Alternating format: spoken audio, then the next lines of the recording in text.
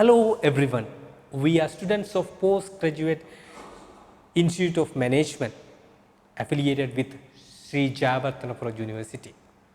In accordance with MBA 512 Leadership and Business Development subject stream, today we are going to meet one of the renowned business leaders in Qatar, Mr. Mutasim Al-Ghadir, the General Manager of Al-Makia Group. Al-Maki Group, the leader of MEP contracting and HVAC business in Qatar. Now we are going to meet Mr. Mutasim.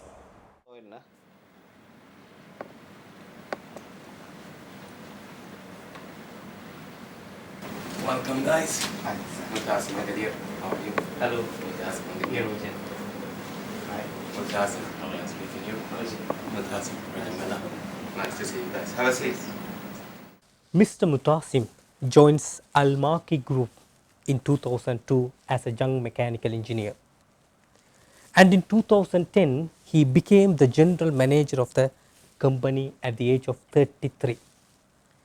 Today, he is one of the prominent business leaders in Qatar, having won the award for Qatar Business Excellence in 2017. So now, we are going to meet Mr.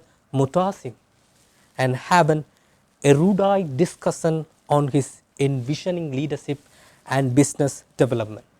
Good evening, Mr. Mutasim. Good evening. Mr. Mutasim, you became the general manager of Al Malki Group at the age of 33. So now you are running 6 different subunits under Al Malki Group. As an expatriate to Qatar, how would you describe your journey so far? The journey so far has been a roller coaster, ups and downs. I mean, we're all expatriates here. I'm an expatriate, so I'm originally from Jordan. I've graduated in 2001 in a degree in Bachelor in Mechanical Engineering. Although studied mechanical engineering, my first years of working from 1998 was into Internet, Visual Basic, and programming. That year, if you remember the bubble of the Internet and the use of computers, it was something I used as a hobby, but really, let's say, became a master of in 1998, and it was easier for me to find jobs in programming and computer. But my passion was mechanical engineering. So although it was paying off very well and giving me lots of material happiness, but in 2001 when I did graduate, I left Microsoft, who I was based in Jordan with the Canon Training Center, joint venture with Microsoft, and decided that I want to do mechanical engineering. My project, graduation project thesis was an air conditioning or a complete mechanical system for a hospital, which I would say in my field, in air conditioning and mechanical projects, it would have the complete systems, from ACs to HEPA filters, to operation theaters, to medical gas systems, emergency systems. So a hospital would, I would say, for any engineer studying, would have all the systems you can have in a building and in a sustainable building after that. So in 2001, when I wanted to go off and, let's say, take my passion of mechanical engineering, one of the greatest areas in the world is the GCC. The Gulf countries have all the potential. They're virgin markets. They were building mega projects with lots of money coming from their oil industry. So I always said to myself, I want to be there. I want to go and be there, be part of what they're doing. And I went to Saudi Arabia, was working in refrigeration, in huge complex industrial refrigeration for a German company called Linde. Decided that when the American invasion happened in Iraq, there was also a huge opportunity with USAID and KBR to do mega installations in Iraq. So went back to Jordan, based in Jordan for safety reasons, and was going to Iraq with York. And York said, we can use you in Qatar. And that's how I started in Qatar. and we were a very small company. I was assigned as a sales manager dash project manager dash secretary, if you would like, because I was the first to come for the York distributorship in Qatar with Al Malki Group. And from there, Al Malki Group has grown. As you can see, we're now more than 13 companies, 6 of them which I manage. And like I said, it's been roller coaster and ups and downs, different.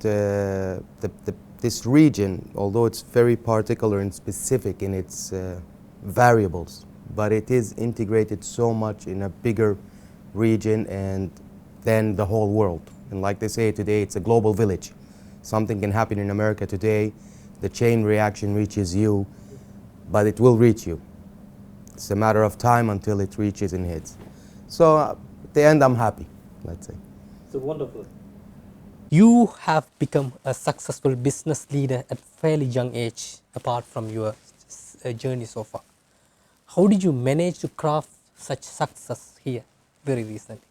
I wouldn't say it was I crafted it or managed to craft it, more than I worked hard. People around me worked hard. I learned always from my mistakes and I stand up to them. I've had many mistakes. I stood up to them, corrected them, learned from them. I was never shy to say I've done a mistake. And I always tell the people around me, and they're the main influence in making me a success, is the people around me are also now not shy to do mistakes. Because if I do and admit that I did the mistake, and my engineers or my people, they come and say, sir, I did a mistake, and I'm happy with that. Because once they have the courage to do the mistake, means they are doing something right. It's very interesting to listening something. A leader, any prominent leader, he accepts their mistakes. That's the first and best quality of any leaders. With that, I'm moving to the next question. Looking back to yourself and your journey, how can you describe your unique within you? I believe everyone is unique and everyone is different. And what makes me unique, I would say that I always look to the next day as a better day. There was nothing that could depress me or put me down, no matter, it was a roller coaster, I told you. We had our ups, I had my downs. It wasn't all success to reach where I am. So the best thing, I can wake up in a day and say, this is a beautiful day and I'm going and we're gonna make it better. And with all the depressions or the financial and the market roller coaster and variables, I still always think that tomorrow is always gonna be better and there's always a chance or an opportunity to gain and grow. And that's what makes me always thinking that I'm happy. And I don't like, even when I see my employees depressed, if they didn't get the increment or the bonus they said if you don't get it today, you'll get it tomorrow, maybe double. It's not always the time to get what you want, but it's always having the optimistic that you will get it. And that's me. I always believe that I will do what I want. Mr. Mutasim, I would like to focus on business and the leaderships. So business development and the leadership are the main key characters in the success of the business. So based on your experience, how would you best relate these two? Business is numbers. Business is numbers, and business is basic steps you take and you work after them, and there's lots of businessmen, and business is something I think from beginning of human being has been growing and developing, and up to today growing and developing. So business as it is always steps and theories and numbers that you have to do and market, and you read lots of theses, you read lots of papers, and you keep, and like I said, these business are very, very theoretical. Leadership is something you grow in you. Leadership is something how you want to deal with the people, how you want your people to react. I want every person in my organization to be a leader for me. Because I believe anyone who's graduating today knows more than what I know from my basics. I know business, and I know the market, but I know this level, this tier. And everything's happening is below my tier, which sometimes I miss to react or interact. I learn from my kid. When I see him how he used the apps or which apps he's downloading, I would have never thought that these apps could hit and be so famous among them, and what the kids are doing. So when I hire a fresh engineer, I actually like to listen what his ideas are. So I think my leadership style is always to make them lead me, and I listen to them. I don't want them to say, yes sir, I'll do sir. More like, no sir, we better do this. And if I don't hear that from him, I know that I'm not leading him. More like I'm dictating him. And if you dictate, you're just creating small clones of you, and you'll always stick within the level you're in. And that's not good. You want the ideas to come from down, not from up. And that's always where the good ideas come from, by the way. Yeah, I think these are very good examples and for the young generation. And one more thing, one more question related to the business. So basically you are doing the contracting and trading company in the businesses. So to get the new jobs, so what kind of strategies you are applying? See, this market is dynamic. Our market is dynamic, and it's a blooming market. Luckily, us, Qatar is a very rich country. It's not always that the demand is much more than the offer. So we've run through years where the demand was much less than the companies available to do it. In those areas, you always go down to the basics that you're a company that serves his customers, that fulfills his obligations, and satisfies the needs of the clients. And after that, in my record up to today in Doha, with maybe more than 800 different jobs we have done and performed and handed over, we have never went into any kind of contractual conflicts. We have not been in a court of law. We have always managed to complete our arguments in an amicable settlement. It's not always rosy, it's not daisy. You go into these, let's say, client conflicts, but it's the way you treat them and you handle them. So alhamdulillah, up to today, I could say we have 0 courts, and all of our projects were handed over. Maybe some were not on time, I'm not perfect, but we did satisfy our client with compensating any lacks we lacked. And this is where, when the demand is less, the guy comes and says, okay, instead of giving the cheapest, I'll probably give Mutasim or his company, Ghadir-Group, because they'll fulfill me. Actually, that is very good, because most of the companies, they are not achieving their targets. So one thing I want to ask, that is related to that leadership. So there are hundreds of subordinates from different countries are working under you. So as a great leader and a good leader in the Ghadir-Group, so how do you manage them? I believe we're all humans at the end of the day. It doesn't matter you're X, Y, or Z, I'm here, they're here. If we don't act with each other in a human way and respect, I mean, different religions, different languages, different cultural habits, that's all at home. At the end, in a global village again, the business and the way the offices are set up and the system is set up, it's quite similar everyone. Everyone knows that he's coming to an office with a shirt and trousers and coming in doing his work. And we're in the common language in Doha is quite English, let's say, among most of the expats companies. So whoever stands in front of me, I don't see his color or religion or culture. What I see is what he's telling me, his thoughts and ideas. And a human, that's what makes us different than animals. We're all full of thoughts and ideas. And I make sure that even upon the labor workers, which is quite difficult, to try not to let them in any way have groups of certain authenticity be together. No, we try to mix them. I always mix my groups, let a Filipino work with a Sri Lankan, an Indian manage a Nepali, and in that way we're succeeding. As long as there's respect from me towards the smallest guy in my company, they would see that it's only good for a supervisor to respect his labor. Next question I want to ask is slightly personal. I won't say it's a personal, it's little bit personal. Being a general manager is a big company. It's very responsibilities task for you to become a successful in your business. You are taking more time to work as well as you have to manage your family. How do you balance between the work-life balance? You'll be, you'll be a bit surprised when I tell you, actually, being a general manager is my goal. My definition of a general manager is actually being out of the picture.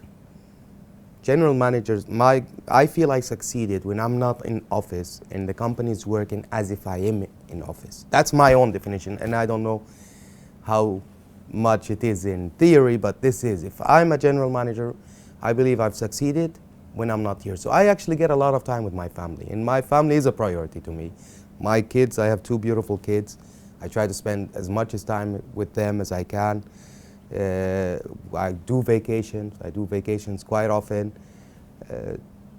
Because I've been able to build a team that are full of leaders, like I said, you could find me for weeks not in office and as if I am in office, because they are all leaders. They're all general managers. They take the decision, they take the call, they earn up to their mistakes, and they're not shy to say, I've done a mistake. So what's my job now? If they can do the mistake, correct the mistake. They do ask for advice or vision or an email, and they would know what I'm going to say already, and they would correct me if I'm wrong again in correcting that mistake. So as a general manager, and if you're successful, you bound to find quite good timing. That's why I was always able to grow different companies. My interference in the first company I joined is close to 0%. The next company is probably 10. So when I build up a new baby, that's when I'm with him. The companies are like babies. You're there for the first 2-3 years, guiding and managing and supervising. But once it's a grown-up, you find it by itself kicking and bringing business and doing what it does by itself. Wonderful it is to listen that the motivation he is providing here to his subordinate and workers. With this, I would like to ask about the current situation. The hot topic today is Qatar crisis. It's a big challenge to every single living person in Qatar, as well as the outside people as well. As a businessman, what is your strategy, or what would you perceive to move forward through this crisis, from receiving your material, the people, and other needs? As we were discussing just before we started the interview, there is, let's say, the short vision, which you need to react now, and these in management, like where it's nobody. We woke up one morning. We're not even an embargo. You could call it a siege. This is more like a siege when they cut land in air, and this is more like closing down and sieging on Qatar. So it was a big surprise, and I don't think anyone anticipated it. And if anyone does say he anticipated it, I would love to learn with him how he anticipated it, because I think even the Qatari leadership in that manner was surprised with the force of reaction from the GCC countries. If you look at the GCC, it's very integrated. Family-wise, it's integrated. You have brothers, one is a UAE, one is a Qatari. You have families tied up with different blood and marriage relations. It's like going to a country like Sri Lanka or India and then all of a sudden taking their capital and just dividing it. It's like Berlin. You cannot just say, these are Qataris, these are Saudis, or the GCC in that way is very integrated, so it did affect everyone, and it did heartfully, let's say, disappoint everyone. From a business point of view, from my point of view today, I reacted and acted and put solutions to supply and deliver, because I have lots of factories in Bahrain, in Saudi, in UAE, and we have lots of connections. So we did the right thing. We sourced alternative sources. We spoke with the customs. Do they have any problem with us still sourcing from these countries? They said we have no official instruction up to today to stop any shipment coming from these countries if you can bring them. So we found alternative routes through Oman. We found alternative routes through Kuwait, which they have no cuts of ties with us. It does cost us more. We did talk to our clients in projects, and we did tell them that we are fulfilling our obligation, but this is something that was not in our hands. So when we did quote, it was never seen that or foreseen that I'll have a cut down on Salwa border. That will be closed down. And these kind of acts in business are known that you can claim for additional cost, and we raised the additional cost for bringing these shipments. And most of our clients are acting, understanding our claim and respecting our claim. Some still didn't take decision if they want to continue or they want us to find an alternative where I can go maybe to China or India or Iran manufacturers and bring these equipment, but with different specifications and let's say technicalities, which would be up to the client to accept or not. On the other hand, there's the long vision. And this is what I think everyone in Qatar, not just me, maybe everyone is looking at, that we're very vulnerable. This is a situation that shows the country that they're quite vulnerable, and with the vision of 2030, and I think you all read about 2030 vision with a country which is building a complete infrastructure for around 5 to 6 million residents, from the rail to the highways to the tunnels to the airports. They cannot always be so vulnerable. So they're probably now, and I'm also thinking, what will I be doing in the next years to make sure that if ever this happens again, none of my businesses are affected, because if X is not there, Y is immediately there. And this is the long vision, and maybe opening up more ties with India, more ties with China, more ties with Brazil, more ties with Argentina, countries which are not very affected or not very political players in the Middle East. Because if you look at USA, you look at the GCC, you look at Russia, you look at many countries, you can identify them by watching CNN, BBC, Al Jazeera, who are the political players and who get affected. And then you have the people who are not political players. India, I've never seen Indian president coming here and saying, okay, I'm with Qatar or I'm with Saudi. Even with all this crisis, India did not state anything officially. So I'm trying to now identify sources in countries not politically affected for the long vision, and to have them as alternatives ready and made. I also would like to ask you a personal question. So as we know, people are inspired by great characters and leaders. So do you have a role model in your life? And what motivated you and inspired you by your achievements? My main role model would be my father. Seeing him up to today, he's 70, God bless him, and may he have a long journey still. He's a professor in university. He's always been dedicated to his work. He started as a military guy. So my father would be my role model in hard working. But I have lots of role models, and I read many of the famous people's stories and how they became from. If you look at scientists, Hassan ibn al-Haytham in lights, Arabic scientists, Muslim scientists, international, I mean Newton, Galileo, they've always been role models, and always shows that it doesn't depend on age. It doesn't depend when or how young. If you look at, I mean, some CEOs or some billionaires, they became billionaires after 50. Some became after 60. And it shows, these are some role models I always look, and I have a group, and really group. And I always like looking also at my staff. My staff are one of the strongest role models I have. Because I get 2 engineers. One becomes a manager of a company within a year, showing me that we can do this and we can do this, and pushing me and making me take the decision, and he's going and does it. And then I have another engineer come in where he just fulfills whatever obligations are in the job description. So that guy becomes a role model. And I don't like mentioning names, but I have them in my company who within 2 years from a fresh engineer became managing a whole division with much elder people, much more experienced people, but he's been managing them because he had the ideas and he had the motivation to go. So they're mainly my role models after my father. So as you know, you are now very busy man. So I think we don't want to disturb your time. I think this is the last question. Am I right, Mr. Indojan? Yes. Yes. So this is the last question. So as a successful business leader, so what is your advice to your younger generation? Many people want to be good business leaders. My advice to them is never be afraid of doing what you think would be a good business idea.